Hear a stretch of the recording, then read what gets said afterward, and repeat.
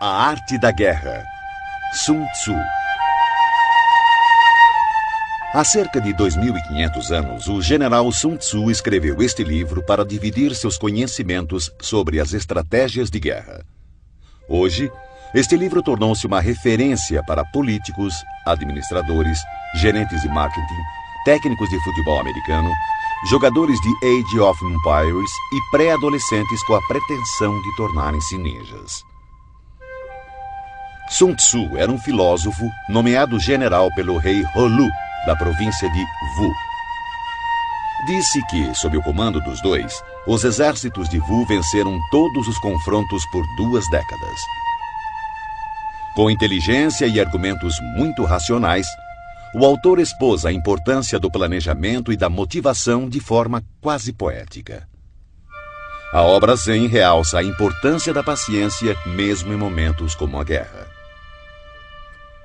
Além da estratégia, Sun Tzu ressalta a energia como algo fundamental para a vitória. Mas essa não é uma energia cósmica ou religiosa.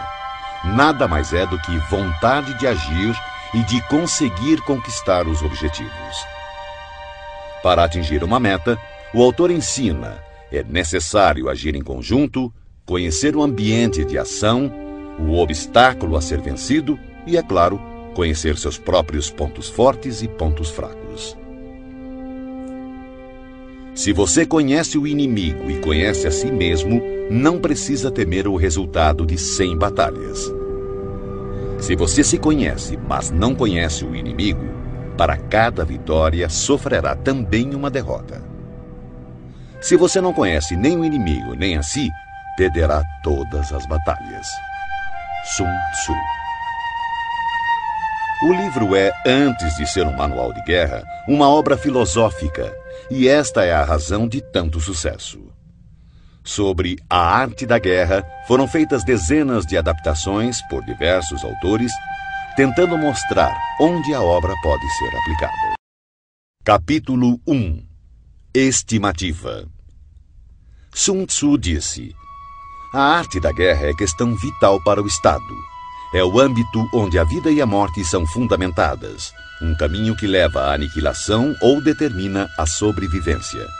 Deve ser examinada com cuidado e nunca negligenciada. A única forma para prever o resultado de uma guerra é analisar a situação com base nos 5 fatores. Primeiro, Tao, caminho. Várias mentes com um único ideal. O caminho que faz o pensamento do povo estar em completa harmonia com o de seus governantes, levando-o a segui-los para viver ou para morrer sem temer nenhum dos riscos. Segundo, clima. É a sombra e a luz, o calor e o frio, o tempo e a sucessão das estações. Aceitar ou desafiar essas condições determinará a vitória militar. Terceiro, terra. Referem-se às distâncias, dificuldades de travessia, condições do terreno para a disposição das tropas. A análise da situação da terra define oportunidades de vida e morte. Quarto, líder. A virtude da sabedoria, integridade, disciplina, coragem e humanidade. Quinto, métodos. Impõe eficiência, controle de gastos, tropas, uma cadeira de comando adequada e suporte logístico. Todos os comandantes que negligenciarem esses 5 fatores estarão fadados ao fracasso. Porém, os que dominarem conquistarão a vitória. Portanto, para prever o resultado de uma guerra, é necessário comparar os 2 lados avaliando suas forças. Para tanto, devemos fazer as seguintes questões. Primeira, qual dos soberanos tem o Tao, caminho? Segunda, qual comandante é mais competente e habilidoso? Terceira, qual dos lados possui vantagens do clima e da terra? Quarta, qual exército segue os métodos e é rigorosamente disciplinado? Quinta, qual lado é mais rigoroso e imparcial ao recompensar e punir? Sexta, qual exército tem a maior força? Sétima. Qual exército possui os oficiais e as tropas mais bem treinados? Através dessas 7 comparações, sei quem ganhará e quem perderá a guerra. Se um comandante estiver atento aos meus conselhos e proceder de acordo com eles, a vitória será certa. Nesse caso, mantenha-o. Se um comandante não a seguir, procedendo em desacordo, será derrotado. Nesse caso, demita-o sumariamente.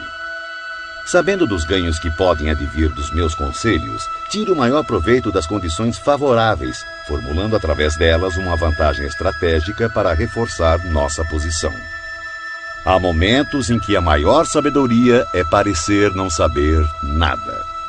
Por isso, quando capaz, finja então ser incapaz. Quando pronto, finja grande desespero. Quando perto, finja estar longe. Quando longe, façam acreditar que está próximo. Se o inimigo procurar alguma vantagem, seduza-o com uma armadilha. Se estiver desorganizado, ataque-o e conquiste-o. Se ele for muito poderoso, prepare-se para ele. Se ele possuir forças superiores, evite-o. Se ele for orgulhoso, provoque-o. Se ele for humilde, dê forças à sua arrogância. Se ele estiver descansado, faça-o se desgastar. Se ele estiver unido, separe-o. Ataque-o onde ele se mostrar despreparado. Adote caminhos que sejam para ele totalmente inesperados. O bom estrategista, para vencer uma batalha, faz antes muitos cálculos do seu tempo, pois sabe que eles são a chave que o conduzirá à vitória. É calculando e analisando que o estrategista vence previamente a guerra na simulação feita no templo. Capítulo 2. Gerenciamento da guerra. Sun Tzu disse: a arte da guerra é um exército de 1000 carros velozes, 1000 carroções cobertos de couro e 100.000 guerreiros com cotas de malha. A abundância de coisas necessárias para esse exército deslocado sobre uma distância de 1000 li, com gastos no estado e no campo de operações, incluindo enviados ao exterior e conselheiros, matérias e manutenção de carros e armaduras. Somente quando você tiver 1000 peças de ouro para cada dia de guerra, poderá mobilizar 100.000 guerreiros. Evite batalhas duradouras, busque a vitória rápida. Se a vitória custar a chegar, suas armas se desgastarão e as tropas ficarão desmoralizadas e o entusiasmo tende a enfraquecer. Se você sitiar uma cidade, gastará forças. Se seu exército for mantido muito tempo em campo, as reservas do Estado não serão suficientes. O tempo prolongado irá desgastar as armas, desmoralizar suas tropas, exaurir suas forças e consumir todos os recursos disponíveis, abrindo oportunidades para os governantes vizinhos tirarem vantagens e atacar. Então, mesmo contando com os melhores conselheiros, você não conseguirá garantir bons resultados. Assim, em relação às guerras, tenho ouvido falar em precipitação imprudente, mas ainda não vi bom exemplo de inteligência associada a decisões demoradas. Nunca houve Estado que tenha sido beneficiado por uma guerra prolongada. Portanto, o conhecedor dos terríveis e devastadores efeitos e dos perigos de empreender uma guerra está profundamente consciente de como aproveitá-la da melhor maneira e levá-la com rapidez a seu término, atingindo assim as verdadeiras vantagens potenciais de uma guerra. Um perito na arte da guerra não convoca soldados mais de uma vez, nem solicita suprimentos repetidamente. Uma vez em guerra, ele não perderá tempo precioso esperando reforços. Fará uso do equipamento que carrega e avançará com velocidade para atravessar a fronteira inimiga, podendo fazer uso das provisões do opositor. Desta forma, terá o suficiente para alimentar todo o seu exército. A arte de melhor utilizar o tempo é estar um passo à frente do adversário, e vale mais que a superioridade numérica e os cálculos mais perfeitos com relação ao abastecimento. Um Estado é enfraquecido financeiramente quando precisa manter seu exército a uma grande distância e, consequentemente, empobrece seu povo. As vizinhanças próximas aos exércitos aumentam seus preços, E, com o custo mais elevado, seus recursos se esgotam com maior rapidez, forçando o Estado a aumentar os impostos dos distritos para assim custear as forças militares.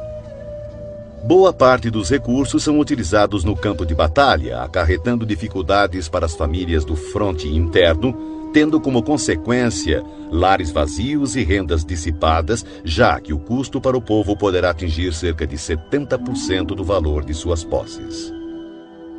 Ao mesmo tempo, as despesas do Estado atingirão quase metade da arrecadação total em gastos com carros quebrados, cavalos abatidos, peitorais e capacetes, arcos e flechas, lanças e escudos, manteletes protetores, animais de tiro e carroças de provisões. Um comandante sábio fará o melhor para alimentar seu exército com frutos do solo inimigo. Consumir uma medida das provisões inimigas equivale a 20 das nossas. Um fardo de forragem inimigo equivale a 20 dos nossos. Na questão que envolve matar o inimigo, nossas tropas devem ser levadas à fúria. Para que fique clara a vantagem de derrotar o oponente, devem também ser recompensadas, pois tirar a riqueza do inimigo é de grande valia para a manutenção das tropas e deve ser usado como objeto de recompensa, de forma a que todos os soldados tenham um forte desejo coletivo e individual de lutar. Porque assim como o que estimula os homens a matar é a fúria, o que estimula a lucrar com o inimigo são os bens materiais. Portanto, nos combates de carros em que forem capturados mais de 10 carros do inimigo, recompense os que capturaram o primeiro deles e substitua bandeiras e estandartes inimigos pelos seus, e então misture com os nossos carros. Eles devem ser usados em conjunto. Todos os soldados capturados devem ser tratados com bondade. A isso se chama aumentar as próprias forças no processo de derrotar o exército inimigo. Na guerra, capítulo 3. Estratagemas. Sun Tzu disse: na arte da guerra, a melhor opção é tomar o país inimigo intacto. Esmagar um país é apenas a segunda melhor opção. O mesmo ocorre com o exército inimigo. Mantê-lo intacto, bem como batalhão, companhia ou simples pelotão de 5 homens, é a melhor opção. Aniquilar um exército, batalhão, companhia ou simples pelotão de 5 homens é apenas a segunda melhor opção.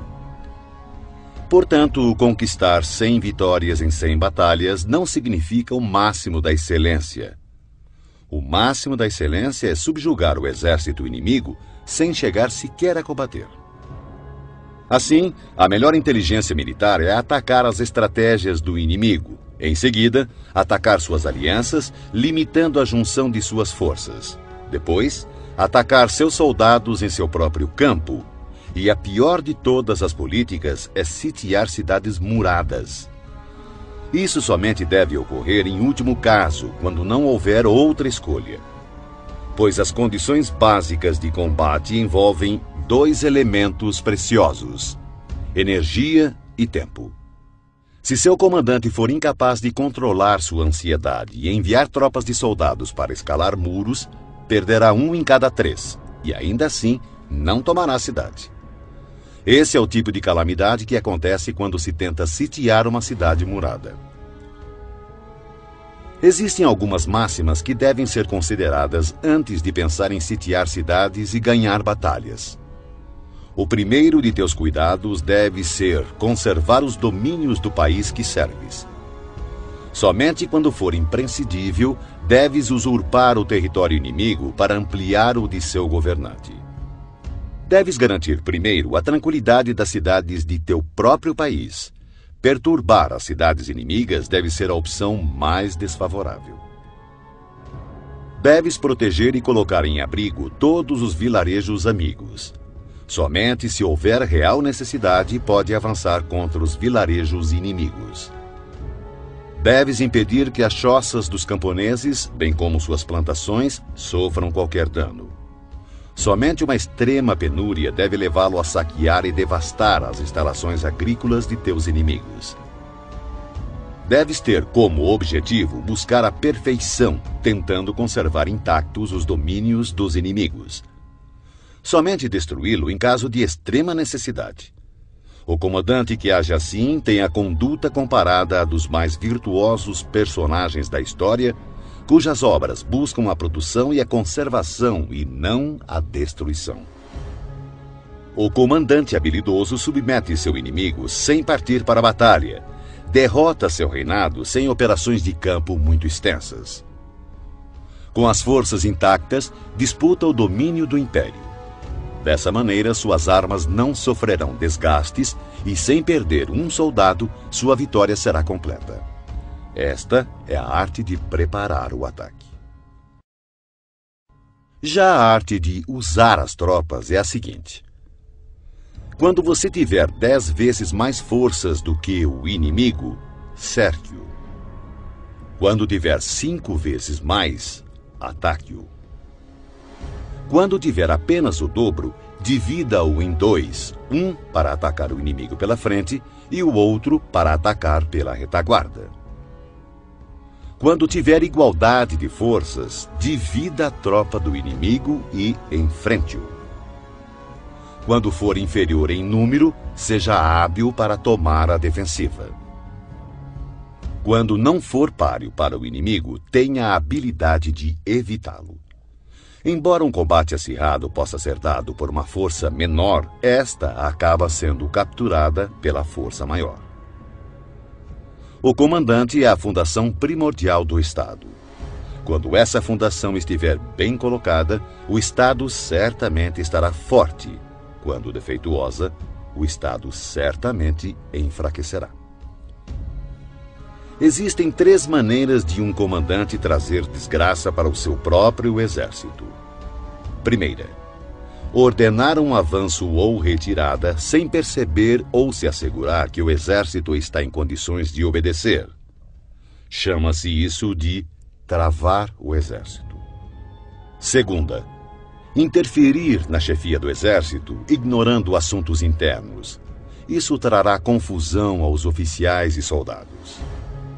Terceira, permitir que as ordens que interferem na direção do exército sejam delegadas por nobres que administram o reino. Justiça e humildade são premissas com as quais se governa o Estado, mas nunca o exército. Flexibilidade e oportunismo, por outro lado, são virtudes militares e não civis. Não há pior calamidade do que ordens emanadas de um soberano sediado na corte. Tendo um comandante confundido seu exército e perdido a confiança de seus homens, as agressões dos comandantes vizinhos não tardarão.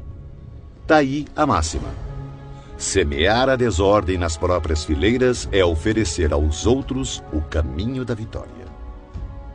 Se um general ignorar o princípio da adaptação, não deve ser colocado em uma posição de autoridade. Um hábil empregador de homens usará o prudente, o bravo, o cobiçoso e o burro. Pois o prudente terá prazer em aplicar seu mérito. O bravo, sua coragem em ação. O cobiçoso é rápido em tirar vantagens. E o burro não teme a morte. Assim, há 5 fatores que permitem prever qual lado sairá vencedor. Primeiro, aquele que sabe quando deve ou não lutar conquistará a vitória.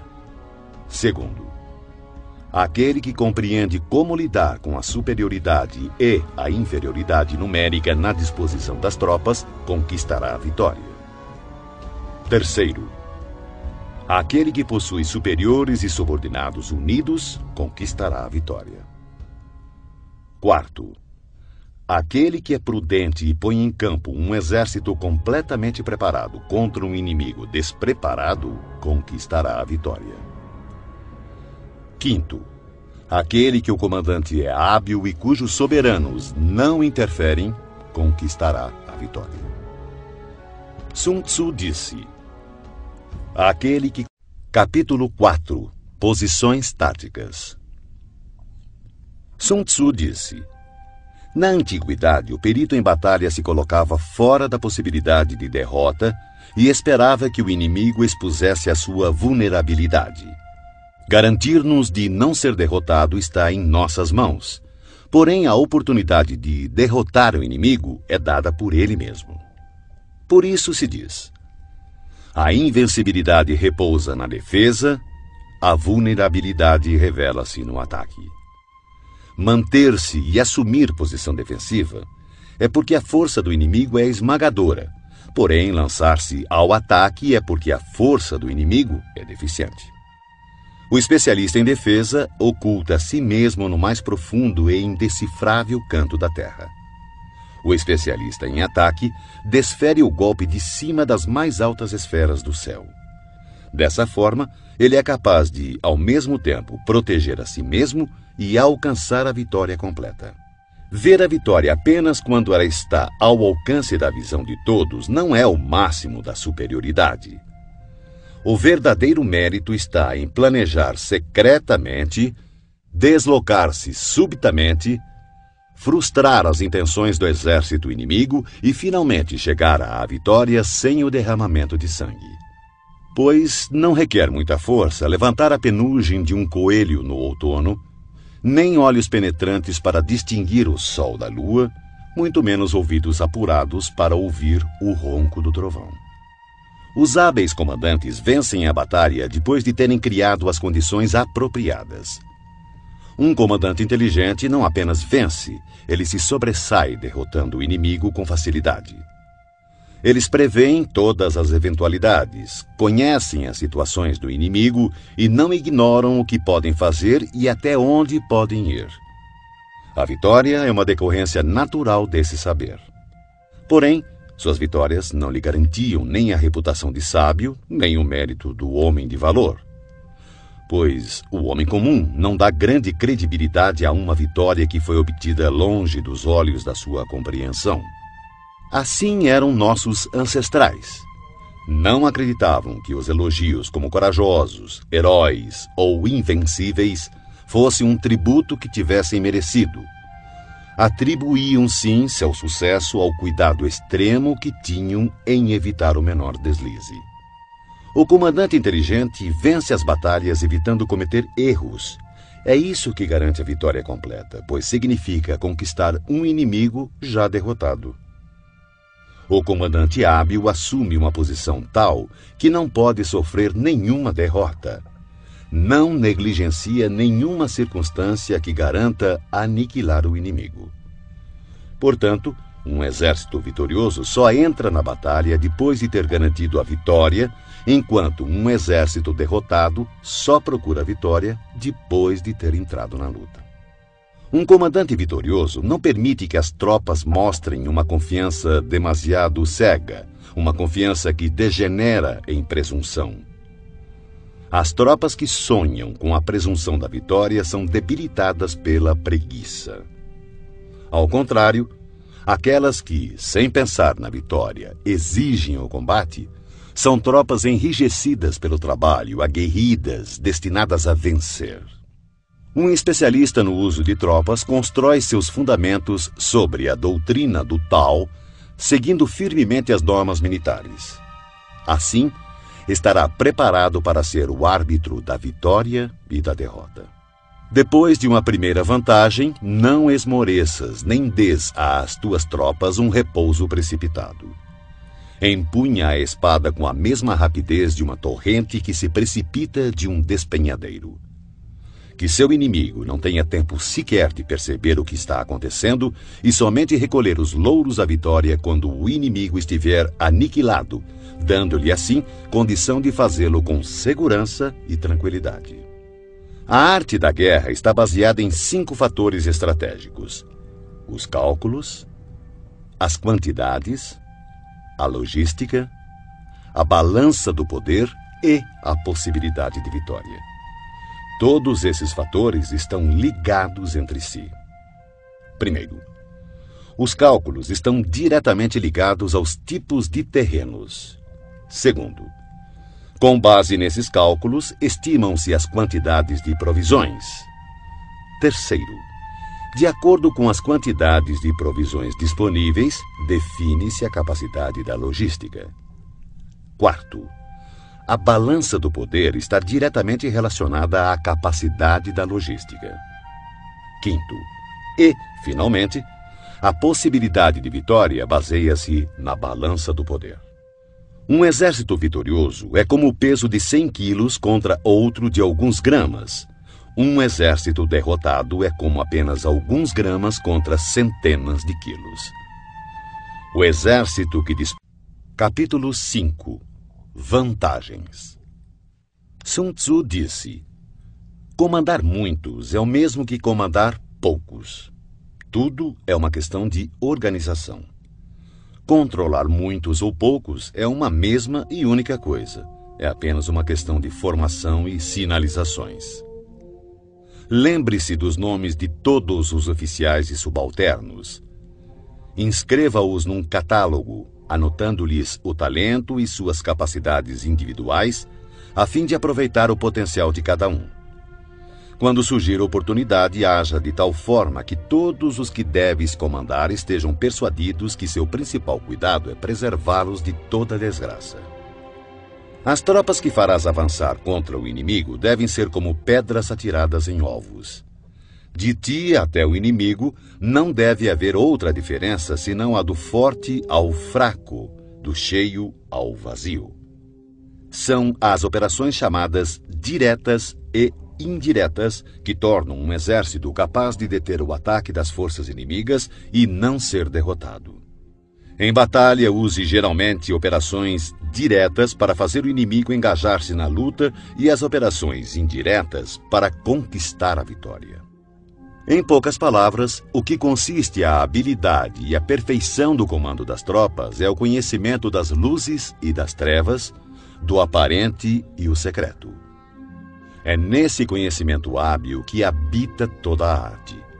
Assim, o perito, ao executar o ataque indireto, assemelha-se ao céu e às terras, cujos movimentos nunca são aleatórios, são como os rios e mares inexauríveis. Assemelham-se ao sol e à lua. Eles têm tempo para aparecer e tempo para desaparecer. Como as 4 estações, ele passa, mas apenas para voltar outra vez. Não há mais que 5 notas fundamentais, mas, combinadas, produzem mais sons do que é possível ouvir. Não há mais que 5 cores primárias, mas, combinadas, produzem mais sombras e matizes do que é possível ver.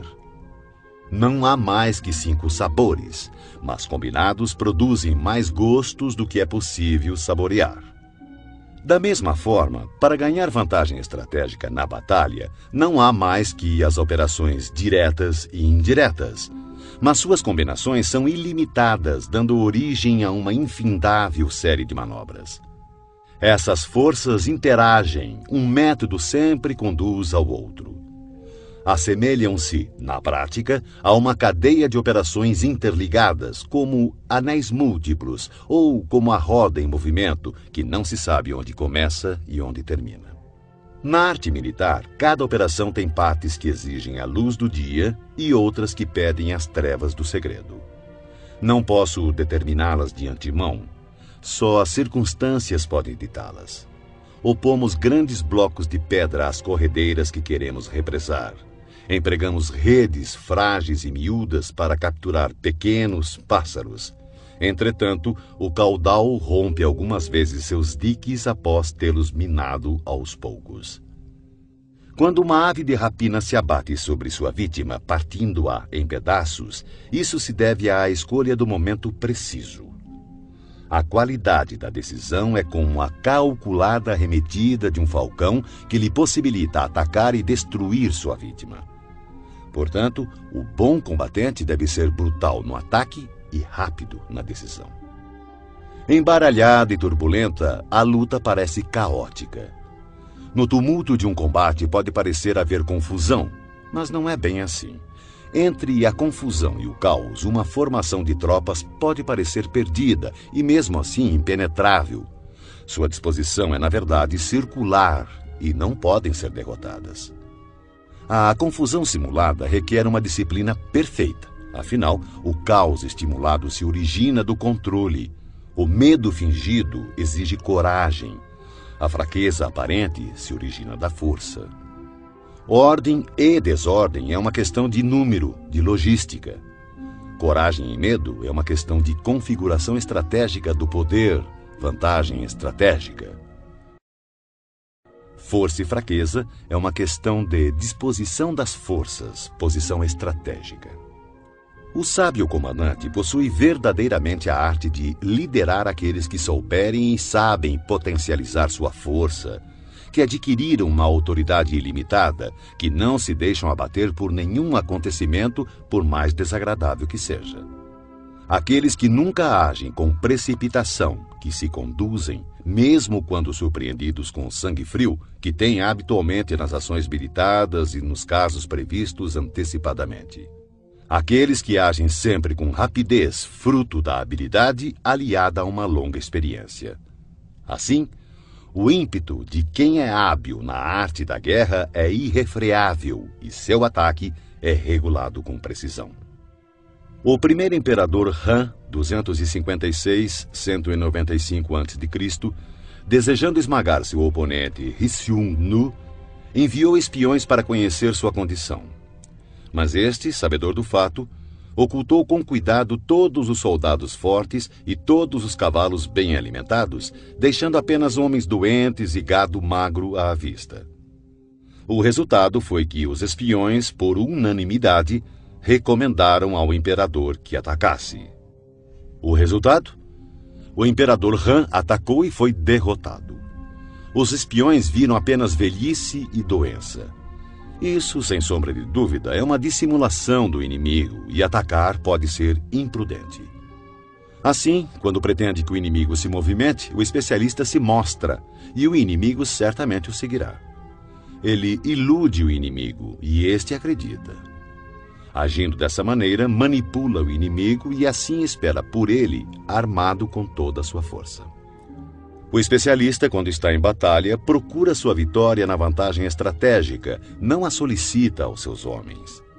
Portanto, deve ser hábil para selecionar os homens certos e explorar o avaro e o tolo, o sábio e o valente, e dar a cada um deles uma responsabilidade adequada ao seu perfil.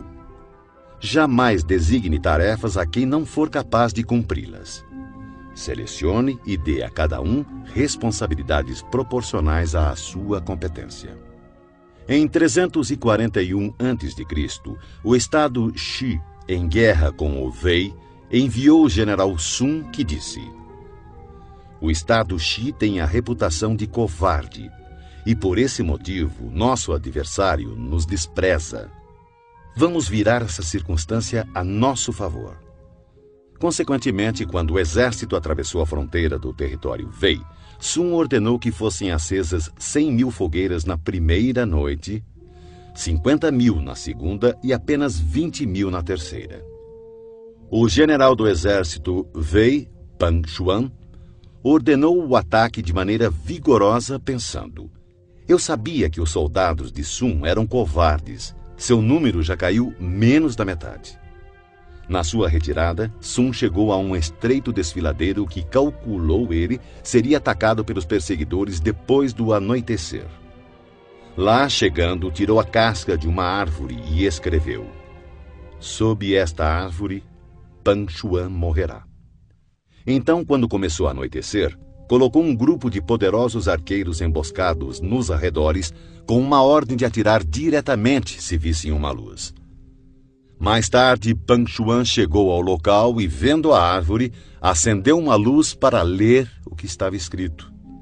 Seu corpo imediatamente foi crivado por uma saraivada de flechas e todo o seu exército foi preso na confusão. Quem explora a vantagem estratégica envia seus homens para a batalha como se fossem troncos e pedras. A pedra e a madeira não têm movimento próprio, uma vez que, em repouso, não mexem por si mesmos, mas seguem o movimento recebido. Se forem quadrados, mantêm-se em repouso. Se forem redondos, rolam até... Capítulo 6. Pontos fortes e pontos fracos. Sun Tzu disse: "Para conseguir que a força de seu exército seja semelhante à de uma pedra de moinho chocando-se contra um ovo, Utilize a ciência dos pontos fracos e pontos fortes. Em geral, o exército que primeiro ocupa o campo de batalha para esperar o inimigo estará descansado para o combate. Aquele que chega mais tarde e se precipita para entrar na batalha estará exausto. Assim, o perito em batalhas move o inimigo em vez de ser movido por ele. Para conseguir atrair o inimigo espontaneamente, ofereça-lhe alguma vantagem. Se desejar impedi-lo, é questão de obstruí-lo. Um grande general não é arrastado ao combate, ao contrário, sabe impô-lo ao inimigo. Dessa forma, se o inimigo estiver descansando, fustigue-o. Se estiver bem abastecido de provisões, faça-o ficar faminto. Se acampado silenciosamente, force-o a mover-se atacando em posições que o inimigo deva apressar-se para defender. Marche com velocidade para lugares onde não for esperado. Um exército pode marchar por grandes distâncias sem correr riscos se o fizer por territórios onde não existe presença do inimigo. Atacar com confiança e alcançar os objetivos significa atacar aquilo que o inimigo não está esperando. Do mesmo modo, defender-se com confiança e garantir a segurança de suas posições significa defender onde o inimigo não poderá atacar. Assim, contra o especialista em ataque, o inimigo não saberá onde se defender. Contra o perito em defesa, o inimigo não saberá onde atacar. Aquele que for capaz de atacar das maiores alturas dos céus repentinamente, surpreendendo o inimigo, tornará impossível sua defesa. Assim, os lugares a serem atacados são exatamente os que o inimigo não pode defender. Aquele que for especialista em esconderijos de defesa torna impossível para o inimigo saber seu paradeiro. Assim, os lugares que ele dominar serão exatamente os que o inimigo não poderá atacar. O comandante habilidoso deve lançar mão da arte da sutileza e do sigilo, aprender a ser invisível e inaudível. Dessa forma, terá em suas mãos o destino de seus inimigos. Poderá avançar sem encontrar resistência se fizer isso contra os pontos fracos dele. E recuar se colocando a salvo da perseguição se seus movimentos forem mais rápidos do que de seus adversários. Portanto, se pretendemos nos lançar na batalha, nosso inimigo não terá escolha a não ser nos enfrentar, mesmo que esteja abrigado em altas trincheiras ou fossos profundos, porque atacaremos uma posição que ele precisará defender. Do contrário, se quisermos evitar o confronto, o inimigo não poderá nos obrigar a lutar, pois podemos evitar que ele venha ao nosso encontro. Mesmo que as marcas de nosso acampamento estejam esboçadas no chão, precisamos apenas atirar coisas estranhas e inexplicáveis em seu caminho para confundi-lo. Descobrindo a posição do inimigo enquanto ocultamos a nossa, teremos força totalmente concentrada onde ele estiver dividido. Se nosso exército estiver unido enquanto o exército do inimigo estiver fragmentado, atacaremos como um só corpo e seremos muitos contra poucos. Dessa forma, se formos capazes de golpear com uma força superior, uma força inferior, usando muitos contra poucos, qualquer um que levamos a lutar estará em situação de desespero. O lugar escolhido para a batalha não deve ser conhecido pelo inimigo, pois assim o inimigo terá de se preparar contra um possível ataque em diversos pontos, e se suas forças estiverem distribuídas para defender muitas posições, qualquer unidade que enfrentarmos será pouco numerosa. Para que o inimigo possa reforçar um número de homens na frente da batalha, consequentemente enfraquecerá sua retaguarda. Se ele reforçar sua retaguarda, sua vanguarda ficará então enfraquecida. Do mesmo modo que, se fortalecer seu lado esquerdo, o direito enfraquecerá. Se fortalecer seu lado direito, o esquerdo ficará enfraquecido. Reforçar todos os lados significa enfraquecer todos os lados. A fraqueza numérica decorre da necessidade de se preparar contra possíveis ataques, à força numérica de obrigar o adversário a fazer esses preparativos contra nossos possíveis ataques. Conhecendo o local e a hora da próxima batalha, podemos nos concentrar a grandes distâncias. Mas se não pudermos prever nem o lugar nem o dia da batalha, então seu lado esquerdo nada poderá fazer a favor do seu lado direito, assim como o direito não salvará o esquerdo, nem tampouco sua retaguarda poderá salvar sua frente de batalha, nem o contrário. E tanto mais será assim quanto mais distante estiverem os seus reforços. Ainda que o inimigo possua a força numérica a seu favor, é possível evitar que ele inicie combate contra nosso exército. Analise os planos de batalha do exército inimigo para ter conhecimento de suas fraquezas e de suas probabilidades de sucesso. Provoque-o para que assim possa descobrir o padrão de seus movimentos. Force-o a revelar-se, de forma que venha a exibir seus pontos vulneráveis. Compare o exército adversário com o seu para poder identificar onde a força é abundante e onde possui maior deficiência. Quando estiver preparado seus arranjos táticos, oculte-os. O máximo da habilidade quando se assume uma estratégia é não ter forma. Se sua forma não for definida, o mais esperto dos espiões não será capaz de compreendê-la, e os mais sábios conselheiros não conseguirão planejar defesa contra ela. Mesmo que todos possam ver as táticas individuais empregadas para conquistar, quase ninguém consegue entender a estratégia através da qual se obtém a vitória total. O movimento das tropas deve ser comparado ao fluxo das águas, que corre do ponto alto do terreno para os pontos mais baixos. Assim, no caminho da vitória, seu exército deve evitar os pontos fortes do inimigo e procurar atacar onde ele demonstrar maior fraqueza. A água modela seu curso de acordo com a natureza do solo por onde passa, e o exército deve preparar sua vitória de acordo com o inimigo que enfrenta. Assim, a água não mantém sua forma constante. Não existem condições constantes em uma guerra. Dos 5 elementos, nenhum é predominante. Das 4 estações, nenhuma dura para sempre. Há dias curtos. Capítulo 7. Manobras. Sun Tzu disse: na guerra, o general que recebe suas ordens do soberano deve concentrar suas forças e transformar seu exército em um conjunto harmonioso, mobilizando o povo.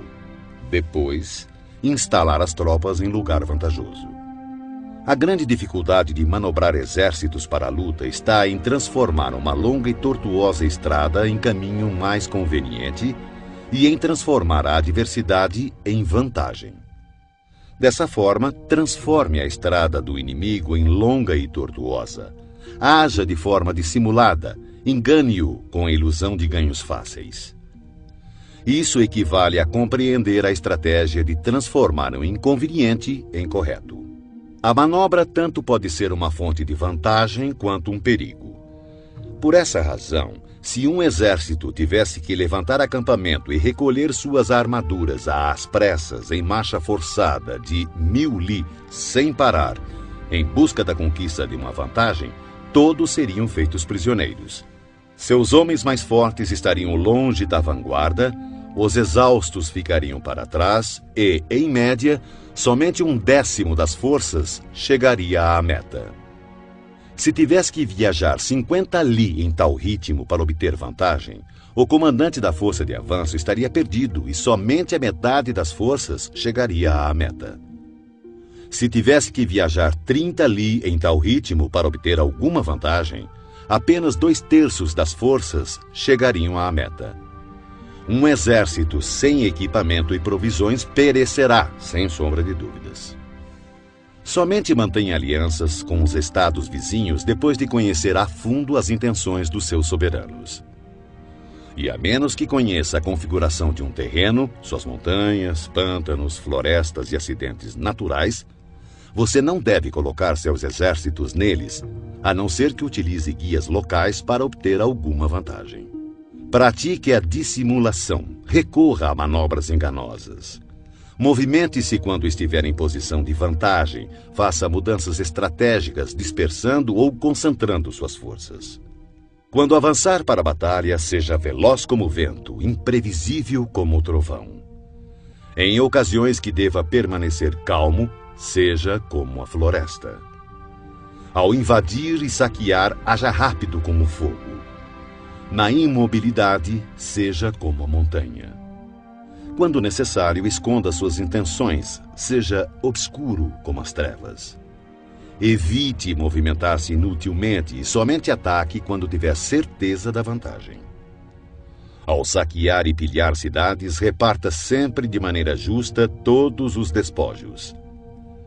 Quem conhece a tática de transformar o tortuoso em direito, será vitorioso.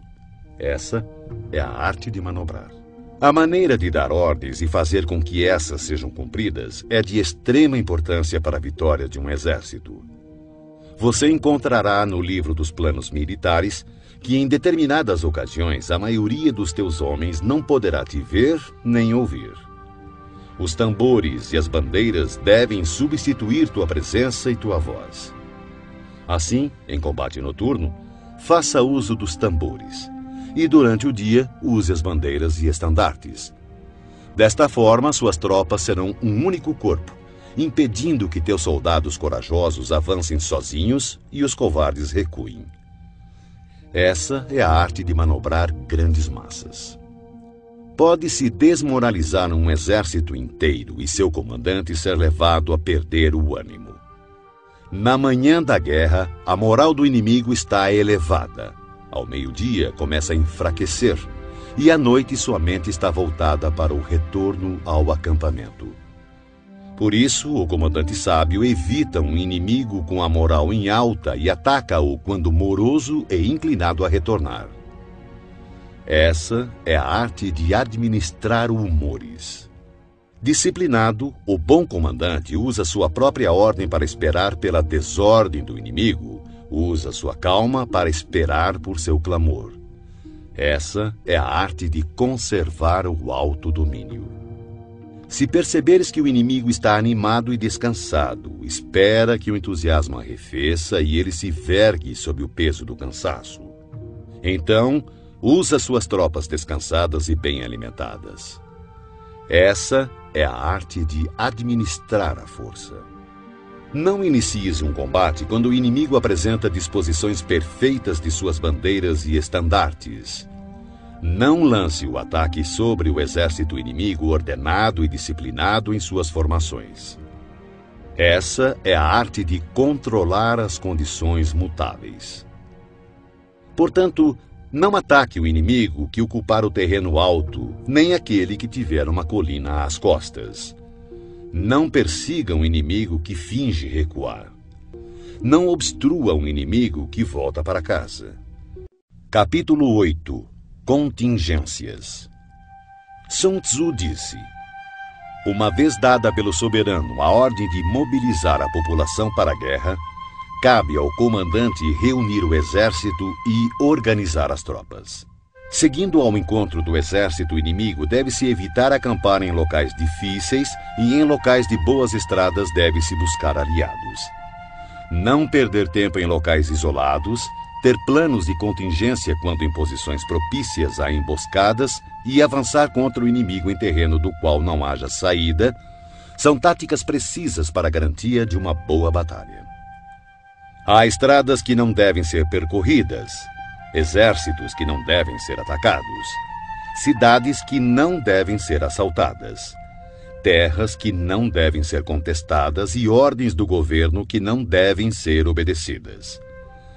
Portanto, o comandante que compreender as vantagens da arte da mudança e não se ater a uma maneira única de comandar, mas sim adaptar-se às circunstâncias variando suas táticas para enfrentar o exército inimigo, saberá como comandar seus soldados.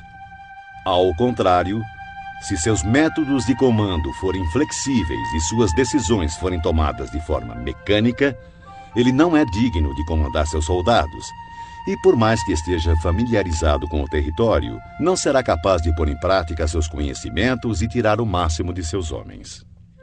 O comandante sábio deve considerar a combinação de ganho e perda, deve ter discernimento das reais vantagens em situações difíceis e confiar nos seus esforços. Se for capaz de perceber as vantagens prováveis, as dificuldades poderão ser resolvidas. Um general deve conhecer bem as vantagens e desvantagens frente ao inimigo, buscar o enfraquecimento dos comandantes hostis, infligindo-lhes importantes perdas, trabalhando sem cessar para prejudicar-lhes. Poderá fazê-lo de diferentes formas, corrompendo seus melhores homens, introduzindo traidores em seu meio, fornecendo motivos de cólera uns contra os outros, fazendo com que saiam quando conviria que ficassem acampados e permaneçam tranquilos quando esperam ser atacados. A arte da guerra nos ensina a não contar com a possibilidade do inimigo não vir, e sim estar preparado para ele. Não depender do inimigo não atacar, mas depender principalmente de estar em uma posição invulnerável. Há 5 defeitos perigosos que podem afetar um general. São erros que podem derrotar a prudência e a bravura de um comandante. Primeiro, se ele tiver um temerário descaso pela vida. Um general que se expõe sem necessidade, que parece buscar os perigos da morte, é um homem precipitado. Segundo, se ele tiver um cuidado excessivo em conservar a própria vida e por esse motivo não ousa e sim dá mostras de covardia, poderá ser facilmente capturado. Terceiro, se tiver temperamento volúvel. Um general que perde facilmente o controle e se deixa levar pela cólera será ludibriado pelo inimigo através de provocações e cairá em emboscadas sem perceber. Se for suscetível à honra, um general não deve se ofender de forma intempestiva. Por querer reparar a honra por qualquer insulto, poderá perdê-la. Quinto, se conservar uma compaixão excessiva por seus soldados. Um general deve punir seus soldados com severidade quando necessário, ministrar castigo e trabalho com discernimento, ou poderá ser facilmente desrespeitado. Esses 5 perigosos traços demonstram falhas graves de um comandante e devem ser cuidadosamente evitados, pois são, sem dúvida, os motivos que levam à derrota de um exército e à morte de seu comandante.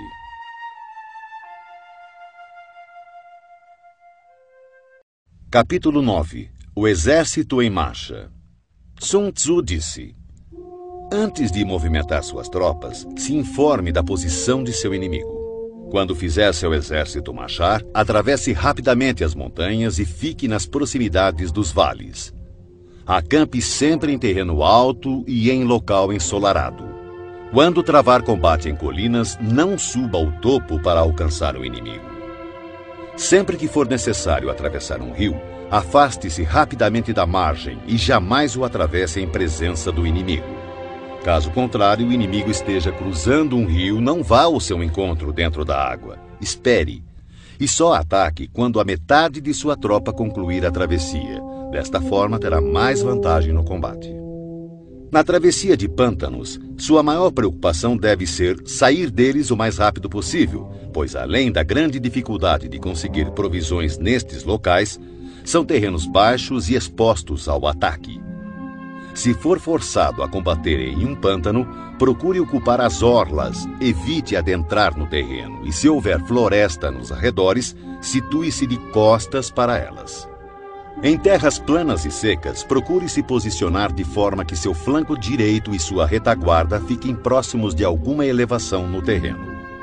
A ideia é ter terras perigosas à frente e seguras atrás. Quando estiver com sua tropa em movimento, o mais importante é buscar as vantagens naturais do terreno que estiver ocupando. Em geral, os exércitos preferem os terrenos altos e ensolarados, pois nestes comida e água são mais acessíveis. Essas condições certamente favorecem uma vitória. Quando as chuvas formarem uma torrente e engrossarem os rios, não arrisque a travessia. Espere que as águas retomem seu curso natural. Evite regiões onde há penhascos com rios que correm no fundo, lugares fechados, moitas espessas e gargantas estreitas. E, se não for possível, abandone esses lugares rapidamente.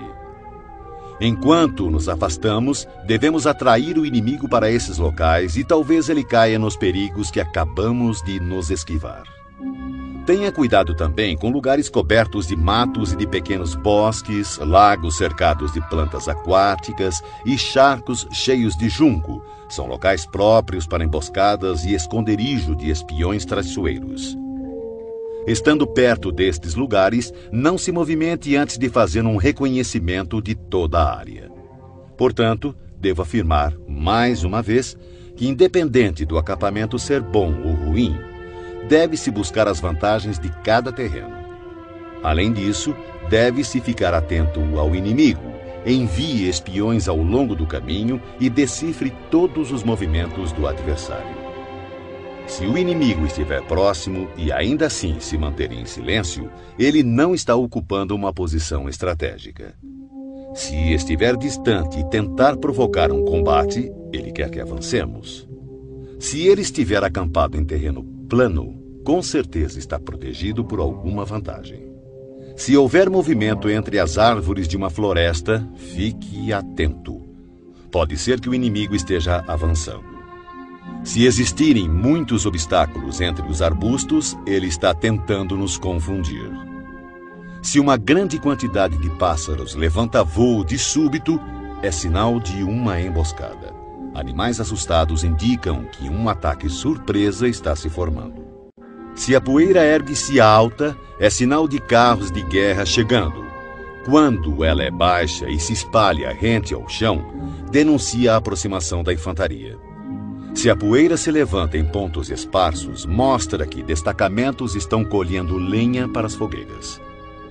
Algumas nuvens de poeira movendo-se de um lado para outro significa que o exército está montando o acampamento. Sussurros e aumento dos preparativos para a guerra significa que o inimigo avançará. Linguagem violenta e movimento agressivo para a frente indicam que ele recuará. Quando os carros leves saem à frente e tomam posições nos flancos, é sinal de que o inimigo está entrando em formação para o combate. Proposta de paz sem que haja retrocesso do exército indica uma conspiração. Se há muita correria com suas tropas em formação, está determinada a hora da batalha. Se uma parte das tropas avançar e outra recuar, o inimigo está tentando nos atrair para uma armadilha. Se os soldados encontram-se curvados e apoiados em suas armas, eles estão fatigados. Se os que, mandados apanhar água, forem os primeiros a beber, significa que o exército está sedento. Se houver uma vantagem e o inimigo não avançar, ele está exausto. Se há pássaros reunidos em algum ponto, a posição está desocupada. Provavelmente o inimigo abandonou secretamente seu acampamento. Quando há gritos na noite, é sinal que o inimigo está assustado. Se há confusão no acampamento, o comandante tem pouca autoridade. Se suas bandeiras e estandartes mudam constantemente de lugar, o inimigo está em desordem. Se os oficiais estão irritados, é sinal de que seus homens estão cansados. Quando o inimigo alimenta seus cavalos com cereais e mata seu gado para comer, quando seus homens não se preocupam em pendurar suas canecas de água e demonstram que não querem voltar às tendas, certamente estão desesperados e determinados a lutar até a morte. Quando há soldados sussurrando em grupinhos e seu comandante falando em voz mansa e vacilante, revela inimizade entre superiores e subordinados. Recompensas em demasia significam problemas. Se o comandante teme pressionar seu exército por conta de motins e oferece gratificações para manter seus soldados de bom humor, certamente ele perdeu o respeito de seus homens. Quando há castigos em excesso, o inimigo enfrenta dilemas terríveis com o relaxamento da disciplina, podendo o comandante perder o controle e irromper violentamente contra seus subordinados para obrigar-lhes a cumprir o dever. Se os soldados forem punidos antes mesmo de se afeiçoarem ao chefe, não demonstrarão respeito. Portanto, os soldados devem ser tratados primeiramente com humanidade, porém, mantidos sob controle e disciplina. Isso irá garantir sua lealdade. Para isso, os comandos devem ser consistentemente reforçados durante o treinamento. Por fim, Se o inimigo enviar um emissário com palavras conciliadoras, ele quer cessar as hostilidades. Atenção ao inimigo enraivecido que está preparado para confrontar-se com você por longo período sem travar batalha nem abandonar sua posição. Considere-o com o maior cuidado. Em uma guerra, devemos ter claro que não são os números que proporcionam a vantagem de um exército sobre o outro. Capítulo 10. O terreno. Sun Tzu disse: a superfície da terra apresenta uma infinidade de lugares. Deves fugir de alguns e buscar outros. Todavia, deves conhecer bem todos eles. Os tipos de terrenos incluem o acessível, o complicado, o indeciso, o estreito, o acidentado e o distante. O primeiro terreno citado, o acessível, é aquele em que ambos os exércitos podem se aproximar livremente. Portanto, levará vantagem aquele que primeiro ocupar um nível mais alto do lado ensolarado e ter estabelecido linhas de abastecimento adequadas. O terreno que permite o avanço e dificulta a retirada é o mais complicado. De uma posição dessas, se atacarmos o inimigo quando ele não estiver devidamente preparado, poderemos derrotá-lo. Porém, se ele estiver preparado e não conseguirmos derrotá-lo, seremos pressionados a bater em retirada, então teremos grandes problemas. O terreno indeciso é aquele que oferece desvantagens tanto para o nosso lado quanto para o lado do inimigo. Neste terreno, mesmo que o inimigo tente nos atrair, é prudente abandonar a posição e recuar, atraindo por sua vez o inimigo. Então, quando parte de seu exército tiver saído, poderemos atacar com vantagem. Na passagem estreita, ou desfiladeiros, terá vantagem quem primeiro a ocupar e guarnecê-la completamente, ficando à espreita do adversário. Se o inimigo estiver com essa vantagem, não devemos seguir atrás dele. Somente quando ele falhar e a passagem estiver mal protegida é que devemos atacar. Em terreno alto e acidentado, do mesmo modo, se pudermos ocupá-lo primeiro, devemos nos posicionar na parte mais alta do lado ensolarado e esperar pelo inimigo. Se o inimigo conquistou essa vantagem, devemos abandonar nossa posição e bater em retirada. Por fim, quando os exércitos estiverem posicionados a grandes distâncias um do outro e suas vantagens estratégicas forem semelhantes, não será fácil provocar um combate. Por outro lado, levar a batalha até o inimigo não trará nenhuma vantagem. Esses 6 princípios que definem o uso do terreno devem ser do conhecimento total e da responsabilidade do comandante. Shang Yu conta a seguinte passagem de Pei Hsing-hsien, 619-682 d.C., mandado numa expedição punitiva contra as tribos Turkic. Ao crepúsculo, como de costume, montou seu acampamento, fortificando-o posteriormente com paliçada e fosso, quando, de repente, determinou que o exército mudasse as instalações para uma colina próxima. Essa decisão desgostou muito seus oficiais, que protestaram aos brados contra o esforço extra que os soldados iriam despender. Pei Hsing-hsien, todavia, não ligou para as reclamações e fez o acampamento ser transferido o mais depressa possível. Na mesma noite, caiu uma forte tempestade inundando o local anterior do acampamento, que ficou sob 4 metros de água. Os oficiais ficaram espantados com o acontecido e confessaram seu erro. "Como soube que ia acontecer?" perguntaram. Pei Hsing-hsien respondeu: "Daqui por diante, contentem-se em obedecer às ordens sem fazer perguntas desnecessárias."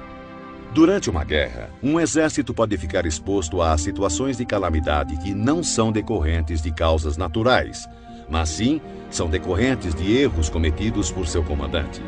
São elas fuga, insubordinação, colapso, ruína, caos e derrota. Nos casos em que as vantagens estratégicas de ambos os lados forem praticamente as mesmas, atacar o inimigo que tem um exército 10 vezes maior que o nosso poderá resultar em fuga. Quando os soldados rasos são muito mais fortes que seus oficiais, o resultado é a insubordinação. Caso contrário, quando os oficiais são fortes e suas tropas são fracas, o resultado é o colapso. Se os oficiais dos batalhões forem insubordinados e tiverem o temperamento volúvel, sendo facilmente dominados pela ira e, por conta disso, levados a manobras não autorizadas de modo que o comandante não tenha conhecimento da força de suas próprias fileiras, o resultado será a ruína. Quando o comandante demonstrar fraqueza, não tiver autoridade, suas ordens não forem claras e seus oficiais e tropas forem indisciplinados, o resultado será o caos e desorganização absoluta. Se um comandante negligenciar as forças do exército inimigo e assim permitir que uma tropa enfraquecida enfrente a elite do adversário e ainda operar sem uma vanguarda de tropas de choque, o resultado será a derrota total do seu exército. São essas as 6 formas de atrair a derrota e estão em total responsabilidade do comandante. A formação natural da região e a posição estratégica de um exército são os grandes aliados em uma batalha. Mas a capacidade de avaliar o inimigo, de criar condições para se chegar à vitória e de calcular astutamente as dificuldades, perigos e distâncias constitui o teste de um grande comandante. Quem conhecer esses fatores e os colocar em prática de forma adequada será vitorioso.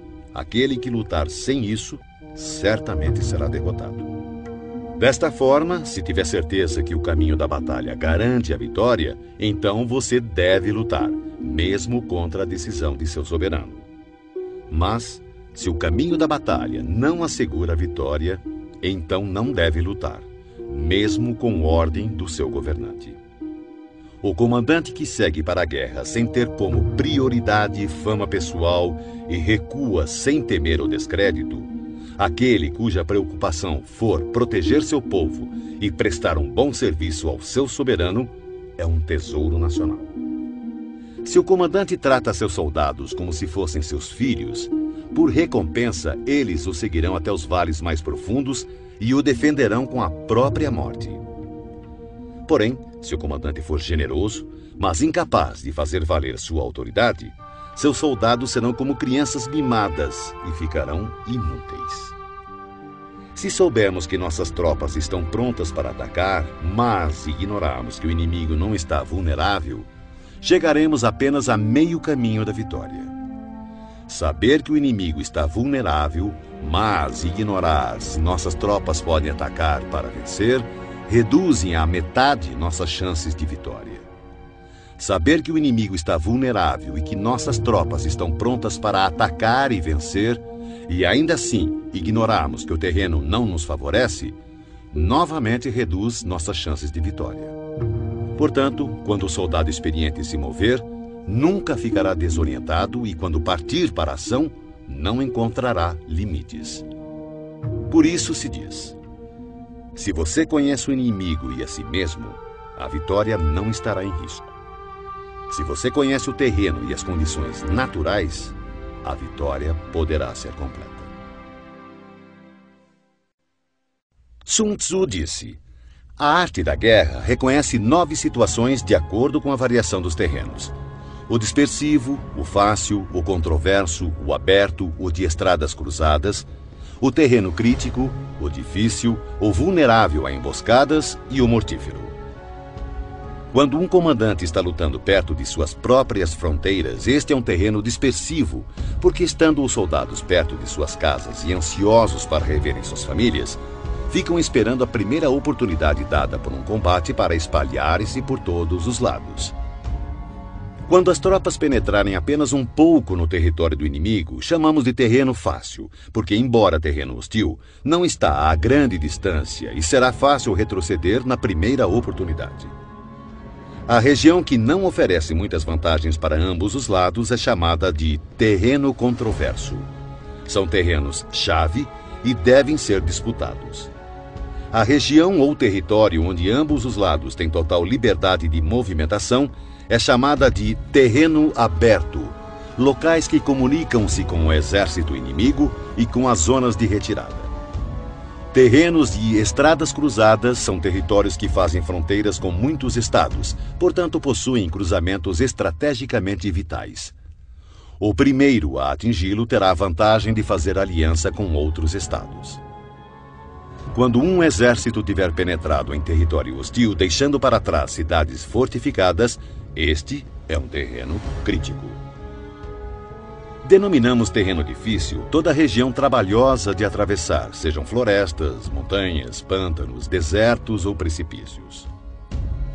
Regiões pelas quais o acesso só é possível através de estreitos desfiladeiros, de forma que uma pequena quantidade de inimigos é suficiente para atacar nossa força principal, são considerados terrenos vulneráveis a emboscadas ou ataques. Enfim, terrenos mortíferos ou sem saída são locais de perigo constante, onde devemos combater com toda a nossa força para sobrevivermos. Assim, em terreno dispersivo, não lute. Em terreno fácil, não pare. Em terreno controverso, não ataque. Em terreno aberto, não tente barrar o inimigo. Em terreno de estradas cruzadas, faça alianças. Em terreno crítico, saqueie os recursos do inimigo. Em terreno difícil, marche sem parar. Em terrenos propícios a emboscadas, elabore planos de contingências e, em terrenos sem saída, lute. Os que foram no passado considerados grandes comandantes tinham como objetivo impedir que a frente e a retaguarda do inimigo pudessem socorrer uma a outra, impedir a cooperação entre suas divisões, impedir que os oficiais e soldados pudessem auxiliar uns aos outros, impedir a comunicação entre superiores e subordinados e impedir, inclusive, que as forças dispersas do inimigo pudessem se reunir. Esses comandantes somente se lançavam à ação se houvesse vantagens para suas tropas, senão, permaneciam estacionados. Se lhe perguntassem como agir no caso de haver um adversário em grande número e com estrita disciplina pronto para atacar, ele com certeza responderia: apodere-se de algo que ele não pode se dar ao luxo de perder. Ele ficará em suas mãos. A velocidade é a essência da guerra. Aproveite a falta de preparação do adversário, avance por caminhos onde não é esperado e ataque locais desprotegidos. O exército invasor deve estar atento e observar os seguintes métodos. Quanto mais profundo penetrar em território inimigo, maior deverá ser a solidariedade entre os soldados. Dessa forma, os defensores não levarão a melhor. Saqueie os campos férteis do inimigo para suprir suas tropas de alimentos.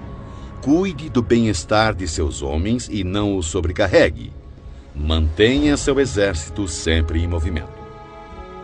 Coloque suas tropas em situações sem saída. Seus homens preferirão morrer a fugir. Uma vez lutando desta forma, darão o máximo de si e não terão medo, mesmo se caírem no mais desesperado cerco. Se não houver onde se refugiarem, todos continuarão firmes. Assim, sem precisar ser mandados, seus homens estarão em constante alerta, cumprirão seus deveres e serão fiéis e disciplinados. Portanto, no dia em que esses homens forem ordenados a partir para o combate, talvez chorem, porém não por medo, mas porque todos estão dispostos a vencer ou morrer. Em 73 d.C., quando Pan Shao chegou a Shang-Quang, rei do país, recebeu-o a princípio com grande polidez e respeito. Mas, logo após, seu comportamento sofreu uma mudança súbita e ele tornou-se descuidado e indiferente. Pan Shao comentou com seus oficiais: repararam que os modos educados de Quang sumiram?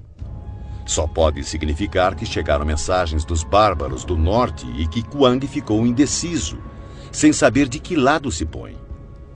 Certamente é esse o motivo.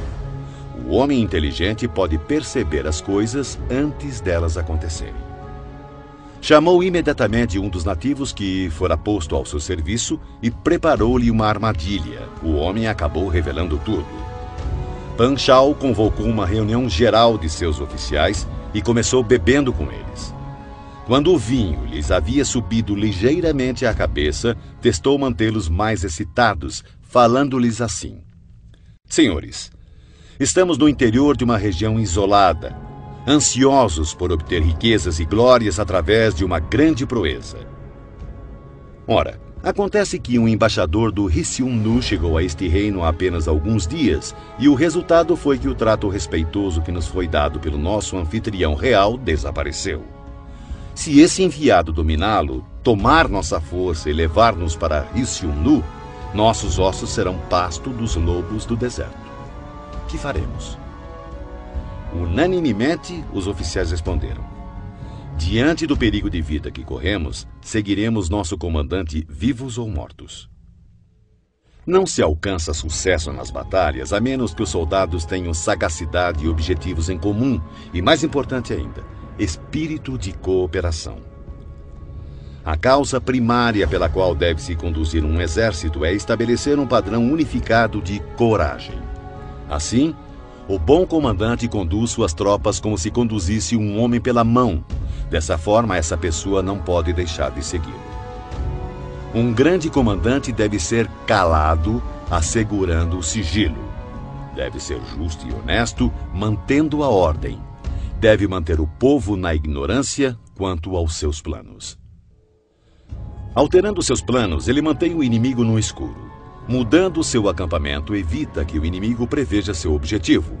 No momento crítico, age como se, após subir uma grande altura, joga-se a escada fora, leva seu exército para o interior do território inimigo. Ao invadir um terreno hostil, a regra geral é que penetrar profundamente no território do exército inimigo dá coesão. E se a invasão for superficial, mais facilmente seus homens se dispersarão. Quando sair de seu próprio terreno e levar suas tropas além de suas fronteiras, você estará em terreno isolado. Quando estiver vulnerável por todos os lados, você estará em um terreno de estradas cruzadas.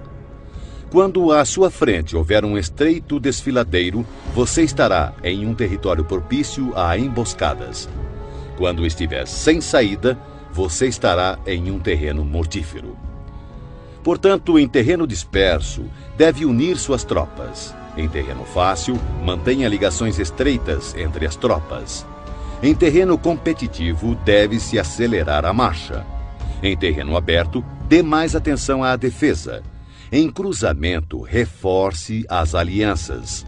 Em terreno crítico, mantenha uma linha permanente de abastecimento. Em terreno difícil, continue sempre avançando.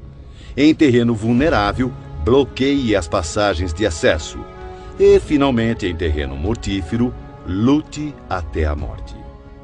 Antes de firmar aliança com estados vizinhos, procure conhecer as intenções de seus soberanos.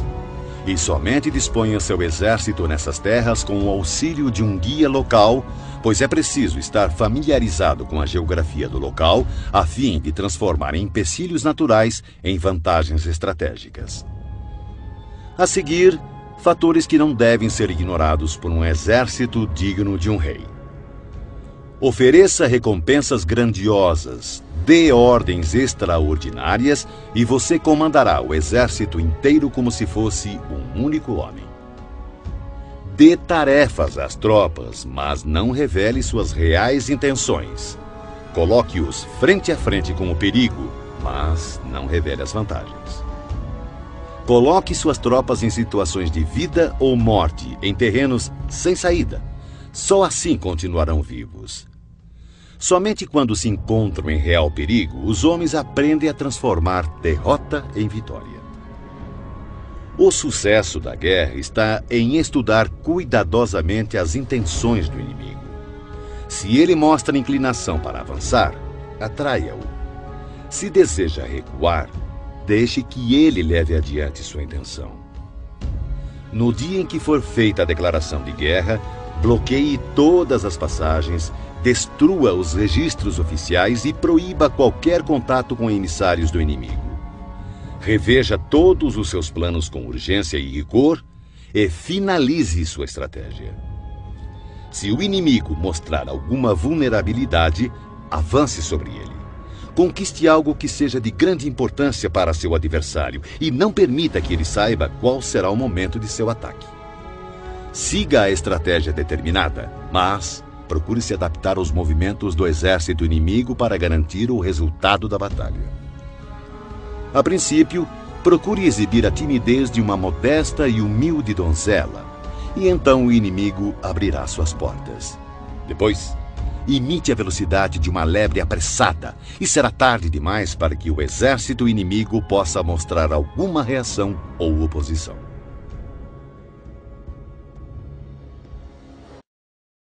Capítulo 12. O ataque pelo fogo.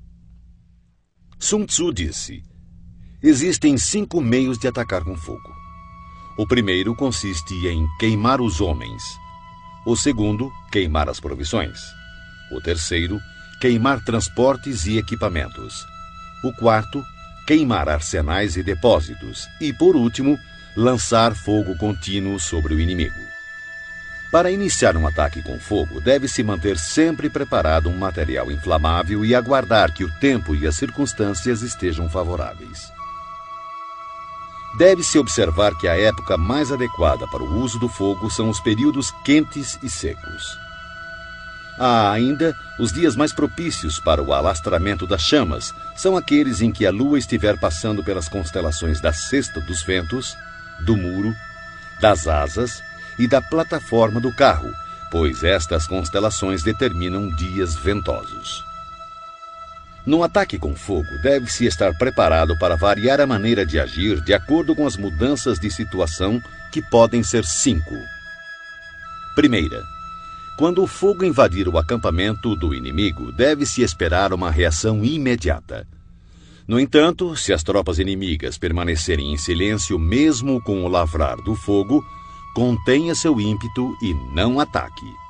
Segunda, se logo após ateares fogo observar que as chamas ganham altura e, se puder atravessá-las, ataque e não dê ao inimigo a chance de apagá-las. Se não puder atravessar as chamas, permaneça onde está. Terceira, se for possível iniciar um ataque com fogo estando fora do campo inimigo, não entre em suas fronteiras, mas assegure-se de atacar no momento mais adequado.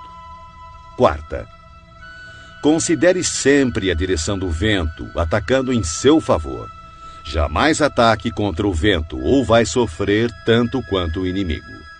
Quinta, se o vento soprou continuamente durante todo o dia, certamente ele cessará ao anoitecer. Tome precauções para não ser surpreendido. Todo exército bem treinado deve dominar os 5 desdobramentos relacionados ao ataque com fogo e devem ter conhecimento do movimento das estrelas para identificar os dias mais adequados para que possa iniciar esse tipo de ataque. Demonstra grande inteligência aquele que usa o poder do fogo para atacar. Os que usam a água conseguem um acréscimo de força, mas não são eficientes em privar o inimigo de suas provisões. A água será bem utilizada para interceptar e ilhar o inimigo. As diferentes maneiras de combater com fogo proporcionam uma plena vitória, mas é preciso saber colher os frutos, ou todo esforço será uma perda de tempo. É de grande importância também reconhecer o mérito de teus homens e recompensá-los, pois se tuas tropas só enfrentarem dificuldades e trabalho sem o devido reconhecimento, perderás o respeito de teu exército. O general esclarecido melhora seus recursos, comanda seus soldados com autoridade, mantém-nos juntos pela boa-fé e os torna serviçais por boas recompensas. Se a fé diminuir, haverá separação. Se as recompensas forem deficientes, as ordens serão desrespeitadas. Em batalhas, quaisquer que sejam os resultados, o gosto sempre será amargo, mesmo para os vencedores. Portanto, a guerra deve ser a última solução e só deve ser travada quando não existir outra saída. Um soberano jamais deve decidir pela guerra se estiver dominado pelo ódio ou vingança. Um bom comandante não deve mobilizar suas tropas se tiver o coração tomado pelos mesmos sentimentos. Ambos devem aguardar dias mais serenos para ponderar, pois uma pessoa em crise pode recuperar seu bom humor, assim como uma pessoa no calor da paixão pode encontrar novamente equilíbrio. Não marche a não ser que veja alguma vantagem. Não use suas tropas a menos que haja alguma coisa a ser ganha. Não lute, a menos que a posição seja crítica, pois o que jamais poderá ser recuperado totalmente é um estado devastado pela guerra, nem tampouco ressuscitar seus mortos. Capítulo 13. Os espiões. Sun Tzu disse: constituir um exército de 100.000 homens e percorrer com ele longas distâncias gera grandes perdas ao povo e custa muito para os cofres públicos. Podemos estimar cerca de 1.000 peças de ouro por dia. Isso acarretará distúrbios internos e externos, homens cairão exaustos nas estradas e cerca de 700.000 famílias terão dificuldades de manter seus trabalhos nos campos. Uma guerra pode durar anos. A vitória é decidida em um único dia. Portanto, continuar na ignorância a respeito da condição do inimigo para poupar quantias em dinheiro é um ato extremo de desumanidade. Não lamente o dinheiro empregado para corromper traidores e obter informações do campo inimigo. O que possibilita ao soberano inteligente e seu comandante conquistar o inimigo e realizar façanhas fora do comum é a previsão, conhecimento que só pode ser adquirido através de homens que estejam a par de toda a movimentação do inimigo. Por isso, deve-se manter espiões por toda parte e informar-se de tudo. Existem 5 tipos de espiões que podem ser usados: espiões locais, agentes internos, agentes duplos, espiões dispensáveis e espiões indispensáveis. Quando os 5 tipos de espiões estão ativos e ninguém pode descobrir o sistema secreto, chama-se a isso teia imperceptível. Primeiro, espiões locais são os próprios habitantes do país inimigo quando colocados a nosso serviço. Segundo, agentes internos em geral são funcionários do inimigo, homens ofendidos por ocuparem posições subalternas, concubinas gananciosas por ouro, pessoas volúveis que estão sempre em cima do muro. Para lidar com este tipo de espião é necessária muita cautela. Terceiro, espiões duplos são espiões do inimigo que trazemos para o nosso lado através de suborno e promessas liberais. Nós os induzimos a fornecer informações falsas ao inimigo e, ao mesmo tempo, espionar seus compatriotas. Quarto, espiões dispensáveis são nossos próprios agentes a quem damos propositalmente informações falsas a nosso respeito, a fim de que, quando forem capturados ou nos traírem, passem informações erradas, fazendo então com que nossos inimigos tomem medidas inadequadas. Esses espiões certamente serão mortos por fornecerem informações falsas. Quinto, e, finalmente, os espiões indispensáveis ou sobreviventes. São aqueles que voltam do campo do inimigo com informações. Esse tipo de espião deve sempre fazer parte de seu exército. Em geral, são homens fortes, ágeis, dotados de grande sagacidade e acostumados a toda espécie de trabalho sujo. Assim, o comandante deve manter sempre uma relação de proximidade com os espiões, deve recompensá-los regiamente, e os assuntos referentes a estes homens devem ser mantidos em absoluto sigilo. Somente um governante sagaz e intuitivo é capaz de empregar espiões. Só o comandante humano e justo é capaz de fazê-los trabalhar, e sem uma sutil e engenhosa habilidade mental não se pode ter certeza da autenticidade de seus relatórios. Quando um assunto secreto de espionagem é divulgado prematuramente, o espião deve ser morto, juntamente com aqueles que tenham tomado conhecimento da informação. De maneira geral, se o objetivo for esmagar um exército, sitiar uma cidade ou assassinar alguém, é necessário obter a identidade do comandante das tropas de defesa, seus ajudantes e conselheiros, os guardas encarregados dos portões e as sentinelas. Nossos agentes devem ser empregados para assegurar essas informações. É de extrema importância localizar as pessoas enviadas como espiões pelo inimigo. Se cuidarmos delas com generosos subornos, podemos empregá-las como agentes duplos e, através destes, poderemos recrutar espiões locais e agentes internos. Além disso, é a partir do trabalho dos agentes duplos que saberemos quais falsas informações devemos passar aos espiões dispensáveis para que transmitam ao inimigo. E com base no que obtivermos dessas mesmas fontes, poderemos completar as missões dos agentes indispensáveis. Desta forma, os espiões duplos devem ser tratados com a maior generosidade, pois eles são a chave de todo o serviço de espionagem. Os espiões são peças de fundamental importância em uma guerra, porque a capacidade de movimentação eficiente de um exército depende do serviço secreto destes agentes. Portanto, o soberano esclarecido e o comandante hábil, por serem capazes de atrair pessoas de extrema inteligência para se tornarem seus espiões, estarão destinados a grandes conquistas.